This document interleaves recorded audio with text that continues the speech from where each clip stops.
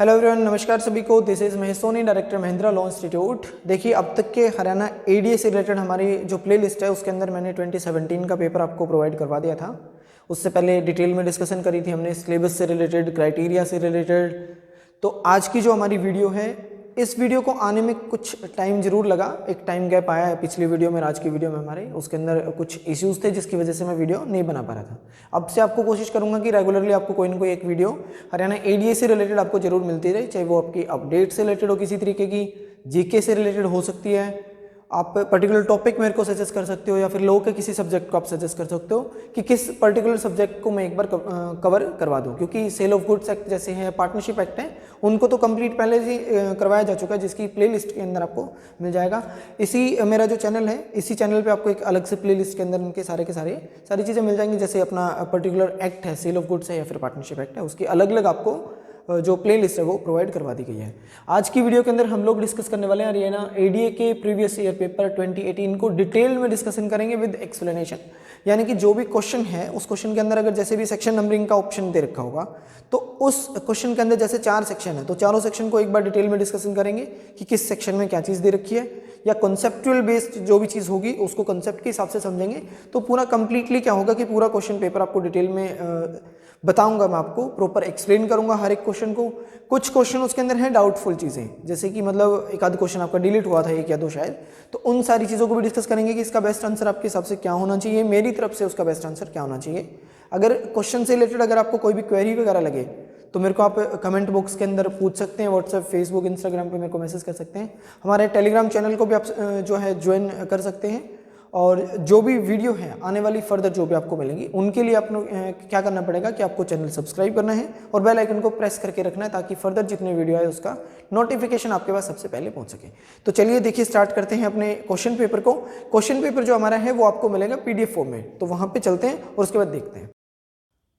This is the very first question of the Haryana ADA exam 2018, that is talking about section 406 clause 1 of the CRPC, that deals with the power of the Supreme Court to transfer the cases and appeal from one high court to another high court। तो इस question के अंदर ये पूछा गया है कि किस पर्सन की एप्लीकेशन के बेस पे जो सुप्रीम कोर्ट है अपनी इस पावर को एक्सरसाइज करता है। तो वो इसके अंदर फर्स्ट क्लोज के अंदर आपका आंसर दिया गया है यहाँ पे, ये आपका बी क्लोज इसका आंसर रहेगा। बी जो ऑप्शन है वो आपका करेक्ट ऑप्शन है कि अटॉर्नी जनरल ऑफ इंडिया की एप्लीकेशन पे सुप्रीम कोर्ट क्या है ट्रांसफर करती है। उसके साथ आप इसको पढ़ सकते हो, वहाँ पे आपको मिल जाएगा पार्टी भी जो है एप्लीकेशन लगा सकती है सुप्रीम कोर्ट के अंदर एक केस को ट्रांसफर करवाने की। तो वो भी आपकी फर्स्ट क्वेश्चन के अंदर जो आंसर है उसका बी रहेगा। सेकेंड जो क्वेश्चन है वो आपका बात करता है पार्टनरशिप एक्ट के रिगार्डिंग। पार्टनरशिप एक्ट के अंदर सेक्शन नंबर 28 के अंदर इस क्वेश्चन को डाला गया है। अब 28 आपका किसकी बात करता है? होल्डिंग आउट की बात करता है। तो a partner by the holding out is कि मतलब कि एक तरीके से जो होल्डिंग आउट के थ्रू जो भी भागीदार होगा या पार्टनर होगा वो क्या होगा, तो उसके लिए बोलता है कि person liable to another who incur the liability believing him as a partner. जो दूसरे पर्सन को ये सोचता है कि ये इसका पार्टनर हो सकता है तो उस पर्सन की यहाँ पे लाइबिलिटी रहेगी। तो दूसरा क्वेश्चन आपका पार्टनरशिप एक्ट से रिलेटेड आया। थर्ड जो क्वेश्चन आपका पेपर में आया वो आपका क्वेश्चन पूछा गया था 438 सीआरपीसी से रिलेटेड। 438 आपका किसकी बात करता है? एंटीसिपेटरी बेल की बात करता है। तो एंटीसिपेटरी बेल की जो एप्लीकेशन है वो किन के सामने लगाई जा सकती है? तो सेशन कोर्ट के सामने भी लग सकती है या हाई कोर्ट के सामने भी लग सकती है। लेकिन एक सजेशन रहता है कि जब भी पहले कोई भी एप्लीकेशन अगर आपने लगानी हो एंटीसिपेटरी बेल की, तो उसको हमेशा आप कोर्ट ऑफ सेशन के अंदर लगाइए कि इन केस अगर वो रिजेक्ट हो जाती है तो आपके पास ऑप्शन बच जाता है कि आप हाई कोर्ट में जा सकते हो। लेकिन अगर इन केस अगर आपने पहले एप्लीकेशन हाई कोर्ट के अंदर लगा दी, वहाँ से रिजेक्शन हो जाती है, तो उससे नीचे वाले कोर्ट के अंदर आपको जाने के लिए अब अलाउड नहीं करा जाएगा। तो जो सेक्शन 438 है उसके अंदर भी यही बात लिखी गई है। अब जो कोर्ट ऑफ सेशन है उसके लिए सेक्शन आपका 9 आप रेफर कर सकते हो, तो वहाँ पे एक बार जाके पढ़ लेना। थर्ड क्वेश्चन का जो आंसर है वो आपका बेस्ट आंसर दोनों हो जाएंगे, हाई कोर्ट एंड आपकी कोर्ट ऑफ सेशन। तो इसका आंसर है जो डी रहेगा। अब क्वेश्चन नंबर 4 जो है वो आपका सीबीसी से पूछा गया है। सीबीसी के अंदर ये पूछा गया कि सेक्शन नंबर जो 114 है वो आपका किस ऑर्डर के साथ उसको पढ़ना चाहिए। तो इसको पढ़ना चाहिए हमें ऑर्डर नंबर 47 उसके रूल फर्स्ट के साथ। तो ये सेक्शन 114 आपका किस चीज़ के रिगार्डिंग बात करता है, ये आप एक बार को मेरे को कमेंट करके बताओगे। चलिए क्वेश्चन नंबर 5 पे चलते हैं। 5 आपका आईबीसी से पूछा गया है। आईबीसी के अंदर ये आपका सवाल पूछा गया कि जो which of the following statement is correct about the document as define in the Indian penal code. IBC के अंदर जैसा आपका जो बताया गया है सेक्शन नंबर 29 के अंदर और section number 3 Indian evidence act के अंदर, सेक्शन 29 आपका आईपीसी का है और सेक्शन नंबर 3 आपका किसका है, एविडेंस एक्ट का है। तो उनके अंदर जो डेफिनेशन दे रखी है क्या वो दोनों सेम है या फिर सेम नहीं है, तो ये चीज़ आपकी इस क्वेश्चन के अंदर पूछी गई है 5th के अंदर। तो इसका आंसर जो है वो ए रहेगा। This is the similar to the definition of the document as defined in the Indian evidence act. Evidence act के अंदर जो भी बता रखा है वो सेम रहेगा जैसा कि आपके सेक्शन 29 आईपीसी के अंदर बताया गया है। क्वेश्चन नंबर 6 पे चलते हैं। 6 नंबर आपका जो क्वेश्चन है वो आपका जीके से पूछा गया है। जीके में आपका क्या पूछा कि जो यूएन है, यूनाइटेड नेशन है, उसकी जो ऑफिशियल लैंग्वेज इनमें से कौन सी नहीं है। तो इनके अंदर जो आंसर है आपका जर्मन मिलेगा। जो आपकी जर्मन है वो इनकी ऑफिशियल लैंग्वेज नहीं है। तो फिर ये 3 तो है, उनके अलावा क्या कोई और भी लैंग्वेज है, जैसे कि बता देता हूँ आपको मैं। एक तो अरेबिक है, दूसरी आपकी रशियन है, तीसरी आपकी स्पेनिश है। उनके बाद आपकी जो बच जाती है वो आपकी आ जाती है चाइनीज़। एक तो चाइनीज़ है, एक आपकी इंग्लिश है, उसके बाद आपकी फ्रेंच है जो ऑफिशियल लैंग्वेज इनकी है। तो 3, 1 2 3 4 5 6 टोटल इनकी लैंग्वेज है, जिनमें से आपको आंसर ढूंढना था। करेक्ट आंसर आपका जर्मन हो जाएगा। German is not the official language of the United Nations. Come to question number 7। 7th आपका जो क्वेश्चन है वो आपका पूछा गया है सीआरपीसी से प्ली बार्गेनिंग के चैप्टर से। अब प्ली बार्गेनिंग का जो चैप्टर है वो आपका डील करा गया है 21A के अंदर, जिसको इंसर्ट किया गया था 2006 के अंदर। और प्लस इसके अंदर आपकी जो सेक्शन है वो कहाँ से कहाँ तक आपके दिए जाएंगे, तो 265A से लेके इनके अंदर आपके L तक जो है वो सेक्शन आपके डील करते हैं। अब इनके रिगार्डिंग क्वेश्चन क्या है, तो बोलता है which of the following statement is correct about the plea bargaining. Plea bargaining के चैप्टर के पर्पज से इनमें से कौन सी स्टेटमेंट आपकी बिल्कुल सही है। तो फर्स्ट वाला आंसर इसका रहेगा कि it is not applicable for the offences for which the punishment is more than 7 year. अगर किसी भी ऑफेंस की सज़ा 7 साल से ज़्यादा की रहेगी तो उसके ऊपर कोई भी पर्सन आपका 265B में जाके इस चैप्टर के बेनिफिट लेने के पर्पज से एप्लीकेशन है जो नहीं लगा सकता। ये आपका क्वेश्चन नंबर 7 का आंसर ए रहेगा।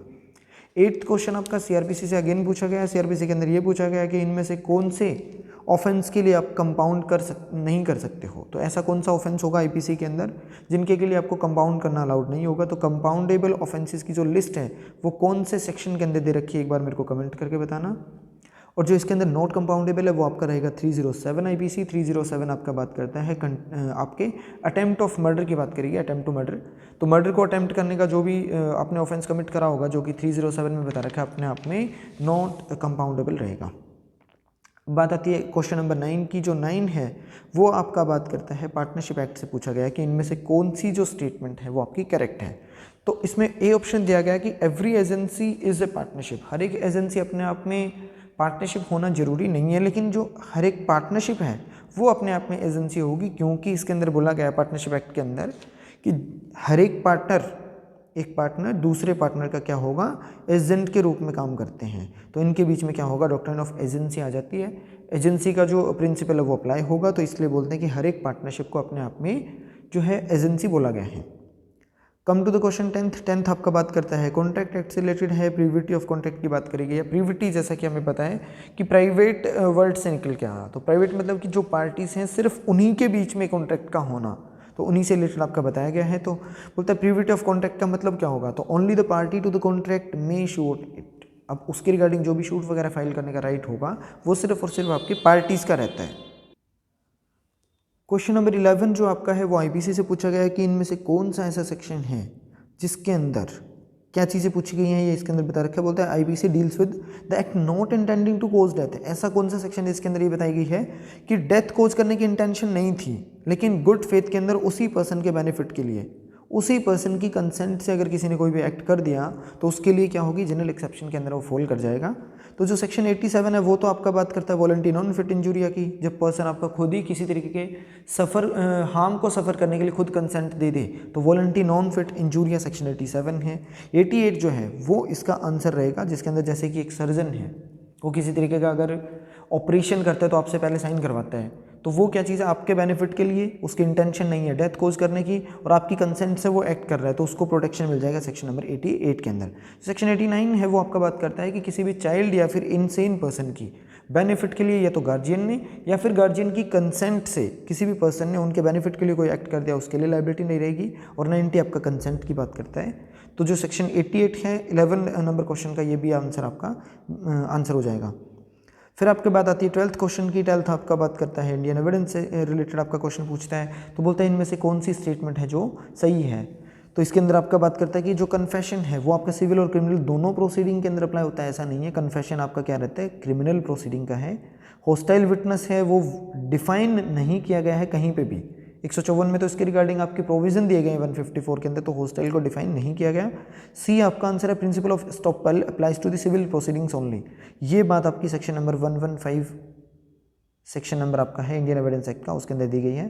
तो ये आपका आंसर हो जाएगा इसका कि जो प्रिंसिपल ऑफ एस्टॉपल है वो आपका अप्लाई होता है सिर्फ और सिर्फ आपके सिविल केसेस के ऊपर अप्लाई होगा। तो ये आपका आंसर हो जाएगा। अब क्वेश्चन नंबर 13 आ जाता है। जो क्वेश्चन 13 है वो आपका सीपीसी से पूछा गया है। सीपीसी के रिगार्डिंग भी ये भी चीज़ पूछी है कि कौन से सेक्शन के अंदर डिक्री ऑफ मनी जो आप आ जाता है, डिक्री फॉर मनी की एग्जीक्यूशन के लिए अगर आपने कोई भी एप्लीकेशन लगा रखी है उस टाइम पे किसी भी वुमेन को जो है अरेस्ट नहीं किया जा सकता। ये बात कौन से सेक्शन में लिखी है, ये आपका 13 क्वेश्चन है। तो विच of the following section of the CPC prohibit the arrest of the women in execution of the decree for the money. Money की डिक्री के लिए एग्जीक्यूशन जब आप लगा रहे हो उस टाइम पे एग्जीक्यूट करने के पर्पज से वुमेन को अरेस्ट नहीं किया जा सकता, तो इसको प्रोहिबिशन लगाता है सेक्शन नंबर 56। जो सेक्शन 57 है वो आपका सब्सिस्टेंस अलाउंसेस की बात करता है। 58 जो है वो आपके डिटेंशन एंड रिलीज़ की बात करता है। 59 आपका release on ground of the illness की बात करता है। तो 56 जो है इसका बेस्ट आंसर हो जाएगा। अब जो सेक्शन नंबर क्वेश्चन 14 है वो आपका बात करता है कि 125 सीआरपीसी के अंदर इनमें से किस पर्सन को एंटाइटल नहीं किया गया है मेंटेनेंस क्लेम करने से। तो ए आंसर इसका हो जाएगा। फर्स्ट ही है, इसके अंदर आपका बात करता है अनमैरिड सिस्टर जो कि आपकी हो सकती है मेजर हो, तो उनको कोई किसी तरीके की लायबिलिटी आपकी नहीं रहेगी। दूसरा आपका आता है एडॉप्टेड मदर, जहाँ पे आपकी स्टेप मदर की जब एंटाइटलमेंट दे रखी है स्टेप जो सन है उनसे, तो एडॉप्टेड मदर भी यहाँ पे क्या होगी, एडॉप्टेड मदर एक क्या हो जाती है जिसने एडॉप्शन किया, तो मतलब कि बाद में उसको क्या मानते हैं हम लोग, नेचुरल मदर की तरह मानते हैं, तो फिर वो तो लाइबल एक तरीके से एंटाइटल रहती है। फिर आपका है सी कि divorced wife who doesn't remarry, अभी तक जिसने रीमैरिज नहीं करी है उसने डाइवोर्स ले रखा है। डाइवोर्स के अंदर आपकी दो चीज़ें आती हैं, एक तो जिसने खुद ने डाइवोर्स लिया हो और दूसरा जिसको कि हस्बैंड ने डाइवोर्स दे रखा हो। दोनों सिचुएशन के अंदर ही आपकी क्या आएंगी, सी वाली जो वाइफ है वो हो जाएगी और उसको एंटाइटलमेंट दी जाएगी सेक्शन 125 के अंदर। लास्ट बोलता है इलिजिटिमेट माइनर चाइल्ड, जहाँ माइनर है वहाँ तो लाइबिलिटी आएगी। लेकिन इसके ऊपर एक केस है वो आप लिख लीजिए। केस का नाम है आपका, केस की जो साइटेशन है वो रहती है Sanjay J Phagnekar, SANJAY, Sanjay J Phagnekar, PHAGNEKAR, Phagnekar versus state of Maharashtra. Maharashtra का ये केस है।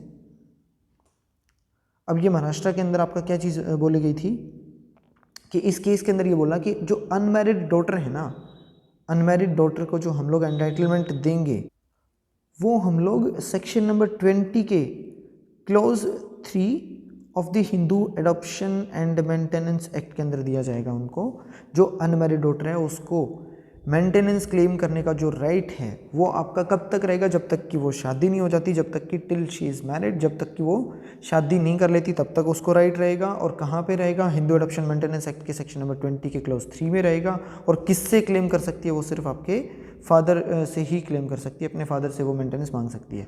तो ये जो जजमेंट थी संजय जे फागनेकर वैसे स्टेट ऑफ महाराष्ट्र, ये जजमेंट आपकी है 23 नवंबर 2020 के अंदर आपकी ये जजमेंट आई थी। 23 नवंबर और 2020 को इसकी जजमेंट आई है बॉम्बे हाई कोर्ट की। तो ये एक बार आप साइटेशन को नोट कर लेना। नेक्स्ट क्वेश्चन जो आपका है, ये जो नेक्स्ट 15th क्वेश्चन है वो आपका पूछा गया है इंडियन पार्टनरशिप एक्ट के सेक्शन नंबर 30 से इसको क्वेश्चन को डाला गया है। 30 के अंदर आपका बात करता है कि जब किसी भी माइनर को आपने पार्टनरशिप फर्म के अंदर एडमिट करना है तो वो सिर्फ उसके पार्टनरशिप फर्म की बेनिफिट के लिए ही आप उसको एडमिट कर सकते हो। तो उसके लिए क्या चाहिए आपको, with the consent of all the existing partner, जितने भी एग्जिस्टिंग पार्टनर हैं उन सब की कंसेंट जो है वो जरूरी होगी। उनकी कंसेंट के साथ सेक्शन 30 के हिसाब से उनको पार्टनर है जो बनाया जा सकता है। फिर आपका क्वेश्चन नंबर आ जाता है 16 आपका जीके से क्वेश्चन पूछा गया है, जिसके अंदर बोलता है कि which of the following disease not caused by the polluted water, कि इनमें से कौन सी ऐसी बीमारी है जो कि पोल्यूटेड वाटर से नहीं होती है। तो वो आपकी है टीबी, मतलब कि ट्यूबरक्लोसिस। बाकी सारे जैसे कि आपके दे रखे हैं इसके अंदर डायरिया से रिलेटेड आपका हो जाएगा, पीलिया वगैरह है या फिर आपके टाइफाइड है, तो ये सारी चीज़ें आपकी पानी गंदे पानी से हो जाती हैं, लेकिन बाकी जो ट्यूबरक्लोसिस है मतलब टीबी जो है वो आपकी गंदे पानी से नहीं होता है। तो ये आपका क्वेश्चन नंबर 16 था। अब जो क्वेश्चन नंबर 17 है वो आपका इंडियन कॉन्ट्रैक्ट एक्ट से पूछा गया है। कॉन्ट्रैक्ट के अंदर आपका ये पूछा गया कि ए agrees to pay 1000 rupees to be if two straight line should enclose a space. अब ये आपकी टू स्ट्रेट लाइन्स हैं, उनको अगर आगे जाके मिल जाएंगी ये, तो यहाँ पे बात करता है कि उसके लिए वो 1000 रुपीज़ दे देगा। तो ये अपने आप में चीज़ होना इम्पॉसिबल है, तो जिसके लिए क्या रहेगा कि ये जो एग्रीमेंट है अपने आप में वॉइड हो जाएगा। जब कोई भी ऐसा आप काम करने के लिए या फिर ऐसा एक्ट करने के लिए एक तरीके से एग्रीमेंट करते हो जो कि होना इम्पॉसिबल है, तो उसके लिए जो आपका एग्रीमेंट होगा वो वॉइड एब इनिशियो कहलाता है। क्वेश्चन नंबर 18 जो है वो आपका जीके से पूछा गया है कि which of the following countries not included in the BRICS. BRICS के अंदर आपके इनमें से कौन सी कंट्री जो है वो आपकी इंक्लूड नहीं है। तो बी से इसके अंदर आपका ब्राज़ील हो जाता है, आर से इसके अंदर आपका रसिया होता है, आई से इंडिया होता है, अब सी से चाइना होता है इसके अंदर एक्चुअली, और साउथ अफ्रीका ये इसके अंदर आपके आते हैं। तो कनाडा है वो इसका पार्ट नहीं माना जाता, तो कनाडा इसका आंसर हो जाएगा। क्वेश्चन नंबर 19 आपका बात करता है कॉन्ट्रैक्ट एक्ट का कि इनमें से कौन सा जो है प्रॉपरली मैच नहीं होता है। तो सेक्शन नंबर 64 आपका जो है वो नोवेशन से रिलेटेड आपका नहीं है। नोवेशन से रिलेटेड आपका सेक्शन नंबर 62 होता है। बाकी वेजरिंग के लिए 30 है, एंटीसिपेटरी ब्रीच के लिए 39 है, agreement on the happening of impossible act के लिए 36 है। ये बिल्कुल सही है, तो इसका जो आंसर है वो आपका ए हो जाएगा। कम टू क्वेश्चन नंबर 20 के रिगार्डिंग देखिए, जो कि मैं क्लास में हमेशा बताता हूँ कि जो सेक्शन नंबर 14 है उसमें से एक वर्ड के रिगार्डिंग आपका हमेशा पूछा जाता है कि इनमें से कौन सा जो है सेक्शन 14 के अंदर नहीं दिया गया है, तो वो चीज़ आपकी इसके अंदर पूछी गई है। सेम क्वेश्चन यहाँ पे आया आपका कि मोटिव जो है वो सेक्शन नंबर 8 में दे रखा है, ना कि सेक्शन 14 के अंदर। तो जो 20 नंबर क्वेश्चन है उसका आंसर आपका डी हो जाएगा, motive again. Come to question number 21 बोलता है कि सॉलिटरी कन्फाइनमेंट के केस में मैक्सिमम कितने टाइम पीरियड के लिए उसको जेल में रखा जा सकता है। तो सॉलिटरी कन्फाइनमेंट आपकी जैसा कि सेक्शन नंबर 73 के अंदर दी गई है, तो वहाँ पे मैक्सिमम जो टाइम पीरियड आपका है वो 3 मंथ का रहेगा। 3 मंथ के लिए उसको मैक्सिमम आप क्या कर सकते हो, डिटेन करके रख सकते हो, कन्फाइन करके रख सकते हो सॉलिटरी कन्फाइनमेंट के टॉप पे। उसके बाद आपका क्वेश्चन नंबर आ जाता है 22 आपका पूछा गया है सीपीसी से, और सीपीसी के अंदर भी आपका लिमिटेशन पीरियड से रिलेटेड आपका क्वेश्चन है। बोलते हैं period of limitation within which the dependent shall, जो डिफेंडेंट है ये डिपेंडेंट यहाँ पे नहीं है, डिपेंडेंट गलत लिखा हुआ है, इसको आप पढ़ोगे डिफेंडेंट के तौर पे। तो जो डिफेंडेंट है वो कितने टाइम के अंदर ऑर्डर 8 के अंदर आपका अपनी रिटर्न स्टेटमेंट को सबमिट करेगा, तो उसके लिए बोला गया है आपका कि ऑर्डर 8 रूल 1 के अंदर जो चीज़ दी गई है वो आपका 30 डेज़ का दिया हुआ है। उसके बाद उसका जो प्रोविजो है उसके अंदर आपकी 90 डेज़ तक उसको बढ़ा के बताया गया है। तो एक बार आप ऑर्डर 8 रूल 1 और उसका प्रोविजो इन चीज़ों को पढ़ लेना एक बार, तो वहाँ से आपकी एक क्लैरिफिकेशन हो जाएगी। बात आती है सेक्शन आपके क्वेश्चन नंबर 23 की। तो 23 जो है वो आपका पूछा गया है अगेन इंडियन कॉन्ट्रैक्ट एक्ट से। तो कॉन्ट्रैक्ट एक्ट से पूछा गया है कि promise which form the consideration और the part of the consideration for each other, हर एक पार्टी के लिए, एक दूसरे के लिए वॉइस जो कंसीडरेशन बन जाए उसको क्या बोलते हैं, तो उसको बोलते हैं आपका क्या होगा उससे कि एक रेसिप्रोकल जो प्रॉमिस है उसका बनना तय है। तो वो जो चीज़ लिखी गई है सेक्शन 2 के क्लोज एफ के अंदर दी गई है। एग्रीमेंट जो आपका वो 2 के ई में दिया गया है, कॉन्ट्रैक्ट आपका 2 के क्लोज एच में दिया गया है, और प्रपोजल को आपने 2 के ए में डाला हुआ है। तो ये आपके सारे सेक्शन नंबरिंग थी जिनके अंदर ये सारी चीज़ें आपकी डिफाइन हैं जो करी गई हैं। बात आती है सेक्शन आपके क्वेश्चन नंबर 24 की। 24 आपका बात करता है सीपीसी से रिलेटेड कि जो आपका ऑर्डर 21 है वो किस चीज़ से रिलेटेड है। तो मॉन्स्टर अपने आप में ऑर्डर है, एक मिनी कोड जो है वो है। तो सबको पता है कि ऑर्डर 21 किस चीज़ का, एग्जीक्यूशन ऑफ द डिक्री का रहेगा। तो एफिडेविट कौन से ऑर्डर के अंदर है, तो ये है भैया आपके 19 के अंदर। अब ये कोस्ट जो है वो कहाँ पे दे रखी हैं, तो वो आपकी सेक्शन नंबर 35A-B के अंदर भी दे रखी हैं, और ऑर्डर नंबर 20A में भी दे रखी हैं। फिर बात आती है अपॉइंटमेंट ऑफ रिसीवर की, तो इसके लिए आपका ऑर्डर नंबर 40 भी है। तो ये आपका सेक्शन क्वेश्चन नंबर 24 था। अब क्वेश्चन नंबर 25 पे आते हैं। 25 आपका अगेन फिर से कॉन्ट्रैक्ट एक्ट से पूछा गया। कॉन्ट्रैक्ट में बोलता है change in the nature of the obligation in a contract is known as. अगर किसी भी कॉन्ट्रैक्ट के अंदर ऑब्लिगेशन के नेचर को अगर चेंज कर दिया जाए तो उसको क्या बोला जाएगा, तो उसको भी आपका नोवेशन ही बोला जाता है, जो कि सेक्शन नंबर 62 के अंदर आपका बताया गया है। बात आती है आपके क्वेश्चन नंबर 26 की, जो कि पूछा गया है सीपीसी से again. Which of the following statement is incorrect about the second appeal, कि ये सेकंड अपील के रिगार्डिंग कौन सी इनमें से इनकरेक्ट पूछ रखा है। तो करेक्ट, इनकरेक्ट, नॉट, इन सारी चीज़ों को आपने स्पेशली ध्यान रखना है, इससे रिलेटेड आपके क्वेश्चन बहुत बार पूछे जाते हैं। बात आती है इनमें से कौन सी इनकरेक्ट है, तो बोलता है it may line any court, क्या किसी टाइम पे जब सेकंड अपील लगानी है तो किसी भी कोर्ट में लग जाएगी, ये अपने आप में कहीं ना कहीं डाउटफुल लग रही है। दूसरा क्या है देख लेते हैं एक बार, it may lie against the X party, X party के खिलाफ भी लग सकती है। It may lie in the cases where the substantial question of law involve, इसके केस में तो लगती है, तो बच कौन सा गया, ऑल तो हो नहीं सकता है, तो यहाँ पे ए इसका बेस्ट आंसर हो जाएगा। अब क्वेश्चन नंबर आपका आ जाता है, इंपॉर्टेंट है, जीके से रिलेटेड आपका क्वेश्चन पूछा गया है 27 आपका बात करता है नंदा देवी पीक कौन से स्टेट के अंदर आपका लोकेटेड है इनमें से। तो इसके रिगार्डिंग मैं आपको एक छोटी सी ट्रिक बता देता हूँ, जैसा मैंने याद किया हुआ है। तो देखिए, शिव की अगर बात करें हम लोग तो वो कहाँ पे है, उत्तराखंड में। उत्तराखंड में कहाँ, ऋषिकेश की बात करते हैं। ऋषिकेश के अंदर क्या है, शिव का सबसे बड़ा जो आपका मंदिर की बात करते हैं ना, कि शिव के रिगार्डिंग आपके ऋषिकेश है, और ऋषिकेश में जो शिव है वो शिव किसकी सवारी करता है, नंदी की। तो नंदी से याद मैंने कर रखा है नंदा देवी, और कहाँ पे है, उत्तराखंड के अंदर। और नंदी जो है वो किसके लिए, मतलब कि जिसकी सवारी कौन करता है, शिव। और शिव कहाँ है, ऋषिकेश। और ऋषिकेश कौन सी जगह है, उत्तराखंड अगेन। तो यहाँ से कनेक्शन बन जाता है नंदा देवी का, आपका नंदी से मैंने कनेक्ट किया हुआ है, तो उसको भी आप देख सकते हो, अपनी तरफ से जो भी ट्रिक बने वो भी आप बना सकते हो, तो एक बार देख लेना। अब बात आती है आपके इंपॉर्टेंट क्वेश्चन की, मुस्लिम लॉ से पूछा गया है क्वेश्चन नंबर 28, जो कि बात करता है कि एक वाइफ अपने मेहर को, जो भी उसको डॉवर मिलता है, उसको रिलिंग्विश कर सकती है किस सिचुएशन के अंदर। तो इनका इन्होंने जो है एचपीसी ने बेस्ट आंसर इसका दिया था सी, कि जब वो not less than 18 years of age होगी, तो उस टाइम पे क्या है कि वो रिलिंग्विश उस टाइम तक नहीं कर सकती। मतलब कि जब भी आपने करना है, जो कि ऐसी वाइफ जो कि 18 साल से कम की नहीं है, तो वो आपकी क्या होगी, कर सकती है अपने पार्ट ऑफ दी, या फिर आपकी जो मेहर का जो अमाउंट है उसको रिलिंग्विश करने का उसका राइट रहता है। 18 से जब वो ऊपर हो जाएगी तो उसके बाद कर सकती है। फिर आपका आता है 29 आपका सीआरपीसी से पूछा गया कि इनहेरेंट पावर आपकी कौन से सेक्शन में दी गई है।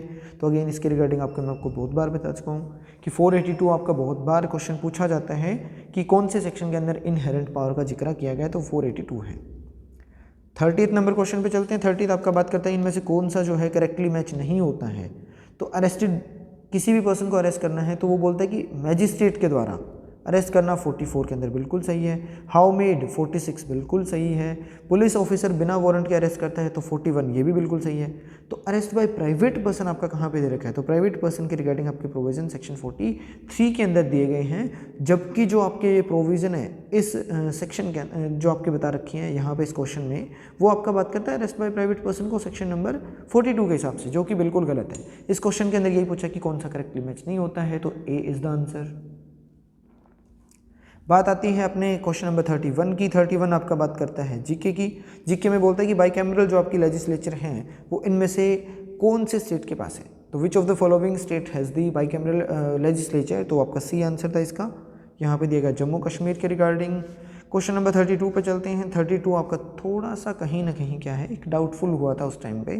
32 में बोलता है under section 6 of the Hindu minority and guardianship act 1956 HMGA act आपका natural guardian of the minor is, क्या मदर और फादर दोनों नहीं हो सकते हैं। इसके अंदर आपका बी आंसर दिया हुआ है कि फादर जो है वो उसका नेचुरल गार्जियन माना जाएगा। तो मदर क्यों नहीं है।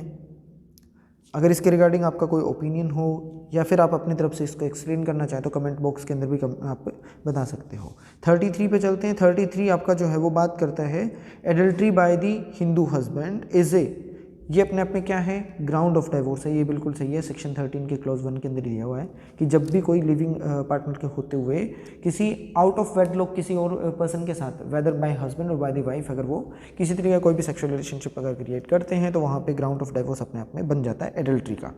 तो ये यहाँ पे 33 क्वेश्चन नंबर था। 34 आपका अगेन सीबीसी से पूछा गया। 34 के अंदर आपका बात करता है कि रिजेक्शन ऑफ प्लेंट के रिगार्डिंग आपके प्रोविजन कहाँ पे दिए गए हैं। तो ऑर्डर नंबर 7 रूल नंबर आपका 11 है, जो कि आपका बात करता है रिजेक्शन ऑफ प्लेंट की। रूल नंबर अगर 10 होता तो वो बात करता आपका रिटर्न की, रिटर्न ऑफ प्लेंट की थी कि प्रॉपरली आप जिस कोर्ट के अंदर आपको जाना चाहिए था वहाँ पर आप चले जाइए, तो उसके लिए रिटर्न कर दिया जाता है। ऑर्डर 6 रूल 13 जो है वो आपका बात करता है प्रिजम्पशन ऑफ लॉ रहती है यहाँ पे। ऑर्डर नंबर जो 7 रूल 12 है वो प्रोसीजर ऑन रिजेक्टिंग प्लेंट रहेगा कि जब भी यहाँ पे रिजेक्ट हो गया आएगी तो 12 में जाके बताएंगे कि प्रोसीजर उसके बाद क्या रहेगा।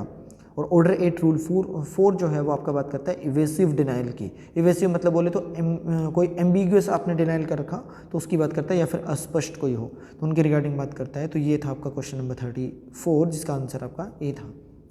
35 आपका पूछा गया सीआरपीसी से कि इनमें से कौन सा सेक्शन जो है वो आपका बात करता है treatment of victim of the acid attack. Acid attack के विक्टिम के ट्रीटमेंट के रिगार्डिंग सेक्शन नंबर आपका कौन सा है 357 क्लोज, उसका जो सेक्शन नंबर है वो आपका न्यूली एडिड था 357 सी रहेगा।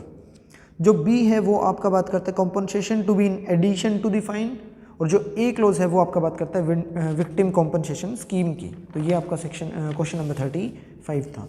36 पे चलते हैं। 36 जो है वो आपका अगेन सीआरपीसी से पूछा गया है। सीआरपीसी में पूछा है procedure for the summary trial is provided in the following section of the CrPC. CrPC के किन सेक्शंस के अंदर आपके समरी ट्रायल से रिलेटेड आपके प्रोविजन दिए गए हैं, तो वो आपके हैं 260 से 265 के बीच। 37 जो क्वेश्चन है वो आपका बात करता है अपने पार्टनरशिप एक्ट की। बोलता है which of the following section of the Indian partnership act 1932 is related with the expulsion of the partner. Partner को एक्सपेल्ड करने का, उनको एक्सक्लूड करने का जो है वो आपका किस सेक्शन के अंदर प्रोविजन दिया गया है, तो वो आपका 33 है। सेक्शन नंबर 33 इसके बारे में बात करता है। क्वेश्चन नंबर 38 पर चलते हैं। 38 आपका अगेन सीआरपीसी से पूछा गया है। सीआरपीसी बोलता है under CrPC if a woman sentence to the death is found to be pregnant, her death sentence may be commuted to the imprisonment for the life by the किन के द्वारा, मतलब कि अगर कोई भी ऐसी वुमन है जिसको कि लाइफ इम्प्रिजनमेंट में कन्वर्ट करना है उसकी पनिशमेंट को, जिसको पहले मतलब कि क्या है, देखो सिचुएशन ये है कि एक वुमन है, प्रेग्नेंट है, उसको डेथ सेंटेंस पास करी गई थी। अब वो प्रेग्नेंट है तो उस वजह से उसकी डेथ सेंटेंस को एनी अदर के अंदर यहाँ पे कन्वर्ट करना पड़ेगा। एनी अदर के अंदर आपका ऑप्शन रहता है कि आप उसको 14 ईयर या फिर आपके लाइफ इम्प्रिजनमेंट के अंदर भी उसको कन्वर्ट कर सकते हो। तो ये जो कम्यूट करने की पावर है वो किन के पास रहेगी, तो वो आपकी हाई कोर्ट के अंदर है, जो कि section number 416 of the CrPC के अंदर आपका दिया गया है। तो 416 Nandini Satpathy versus state of Tamil Nadu का केस है, उसको एक बार जाके आप चेक कर लेना, वहाँ भी मिल जाएगा। क्वेश्चन नंबर 39 है। 39 आपका बात करता है कि सिविल जो कोर्ट है can not issue the commission in which of the following case, इनमें से किस फॉलोइंग केसेस के रिगार्डिंग आपका जो सिविल कोर्ट है वो आपकी इशू कमीशन नहीं करता है। तो 75 जो सेक्शन नंबर है वो आपके इसके रिगार्डिंग आपकी बात करता है। तो ए क्लोज जो है वो आपका बात करता है एग्जामिनेशन ऑफ पर्सन के रिगार्डिंग, एग्जामिनिंग अकाउंट की रिगार्डिंग आपकी, या फिर एडजस्ट अकाउंट के रिगार्डिंग आपकी सी क्लोज में दे रखा है। डी क्लोज जो है वो आपका एग्जीक्यूशन पार्टीशन या फिर मेक पार्टीशन के लिए दे रखा है। एग्जीक्यूशन ऑफ डिक्री का जो काम है वो हमेशा किसका रहता है, कोर्ट का रहता है। तो इस पर्पज से कोर्ट है जो कमीशन अपॉइंट कभी भी नहीं करता है। तो D is the best answer. 40 number question है जो आपका वो आपके सेक्शन नंबर 167 सीआरपीसी से पूछा गया है। 167 आपका क्या बात करता है, रिमांड पीरियड की रिगार्डिंग बात करता है। तो maximum period for which a magistrate may send the arrested person to the police custody is, police custody में प्रेमा फेसाई सबसे पहले कितने दिन के लिए भेजता है, तो 15 डेज वहाँ पे दिया गया है, तो 15 दिन के लिए उसको भेजते हैं। उसके बाद उसको 60 और 90 डेज़ के लिए 167 की क्लॉज 2 के अंदर भेजते हैं। जहाँ पे पनिशमेंट आपकी 10 ईयर से कम हो तो 60 डेज़ है, 10 ईयर से ज़्यादा है तो उसको 90 डेज़ के लिए उसको अगेन उसको 90 डेज़ तक उसको कस्टडी के अंदर रखा जा सकता है। क्वेश्चन नंबर 41 पे आते हैं। 41 आपका आईपीसी से पूछा गया है कि when 2 or more persons are fighting in a public place and disturbing the public peace they have committed the offence of affray. Section number 159 के अंदर आपका अफ्रे का ऑफेंस होगा। राइटिंग वगैरह 1 आपके 46 में दे रखे हैं। क्रिमिनल फोर्स आपका 350 के अंदर दिया हुआ है। क्रिमिनल इंटीमिडेशन आपका 503, रेड विद 506। 503 के अंदर इसकी बारे में प्रोविजन दे रखे हैं और 506 इसकी पनिशमेंट की बात करता है। तो ये आपके सेक्शन थे 41 नंबर क्वेश्चन के। उसके बाद आपकी 42 जो है वो आपका मुस्लिम लॉ का क्वेश्चन आ जाता है कि मुद्दा मैरिज रिकॉग्नाइज करी जाती है किन के द्वारा। तो ये आपका इतना अशारी स्कूल के द्वारा इसको रिकॉग्नाइज किया गया था। इजी सा है, डायरेक्ट क्वेश्चन है। 43 बोलता है agreement made without free consent. अगर फ्री कंसेंट के अंदर नहीं बन रखा कोई भी कॉन्ट्रैक्ट तो उसके अंदर 2 सिचुएशन रहती है, तो वॉइडेबल हो सकता है या फिर वो आपका वॉइड नेचर का भी हो सकता है। तो सी इसका बेस्ट आंसर है। कुछ जगह पे इसको वॉइड बोला जाता है, कहीं पे आपको इसके अंदर वॉइडेबल भी रहता है। तो फ्रॉड है जैसे उसके अंदर आपका कर सकते हैं, उसको बाद में वॉइड करवाया जा सकता है, तो वो आपका वॉइडेबल नेचर का है। अगर वो बच्चे की साथ अगर कोई कॉन्ट्रैक्ट कर लेता हो तो बच्चे के लिए सेक्शन 90 आपका बात करता है आईपीसी के अंदर कि किसी भी बच्चे के द्वारा दी गई कंसेंट आपकी कंसेंट नहीं मानी जाएगी। तो बिना फ्री कंसेंट के किया गया कॉन्ट्रैक्ट बच्चे के केस में क्या होगा, वॉइड हो जाता है। 44 बोलता है इंडियन एविडेंस एक्ट का सेक्शन नंबर 1110 आपका बात करता है कि पोजेशन जो है वो अपने आप में प्रिमा फेसाई एविडेंस होता है ओनरशिप का, कि जो पर्सन आपका बोलते हैं ना जिसकी लाठी उसकी भैंस। तो हो सकता है जिस भी पर्सन ने अपने पोजीशन में किसी प्रॉपर्टी को ले रखा है तो वो उसका ओनर होगा, ये प्रिमा फेसाई उसको माना जाता है। प्रिमा फेसाई मतलब कि on the face of it, जब भी सामने से पहली बार देखते हो तो आपको यही लगे कि जो भी चीज़ जिसके पास है वो उसका ओनर होगा। तो ये सेक्शन आपका 110 जो है इसी की बात करता है, ए इसका बेस्ट आंसर हो जाएगा 44 का। 45 आपका फिर मुस्लिम लॉ से पूछा गया कि खुला जो है, खुला मतलब एक फॉर्म होती है डाइवोर्स की मुस्लिम लॉ के अंदर, उसका क्या मीनिंग होता है? तो सेल होगा, एग्रीमेंट होगा, कोर्जन होगा या फिर परचेज होगा। तो इसका आंसर जो है वो परचेज होगा, मतलब एक तरीके से परचेजिंग के तौर पे मनी देंगे और उसको खुला छोड़ देंगे कि आप अपनी मर्जी से डाइवोर्स है जो कभी भी दे सकते हो। तो वो आपका सेक्शन आपका जो है क्वेश्चन नंबर 45 का आंसर हो जाएगा बी परचेज। फिर आपका बात करता है 46 आपका, how many sustainable development goal were set up by the UNDP in the year of 2016। 2016 के अंदर कितने गोल सेट करे गए थे यूएनडीपी के द्वारा? तो वो आपके 17 थे, जीके का क्वेश्चन है। फिर आपका बात करता है काजीरंगा जो है वो किन के लिए नोन है, किसके लिए जाना जाता है? तो रिनोसोर्स के लिए इनको जाना जाता है। तो ये आपका जो है 47 क्वेश्चन था। 48 बोलता है कि ब्रेकडाउन जो थ्योरी है वो आपकी किस सेक्शन के अंदर दी गई? डायरेक्ट क्वेश्चन है।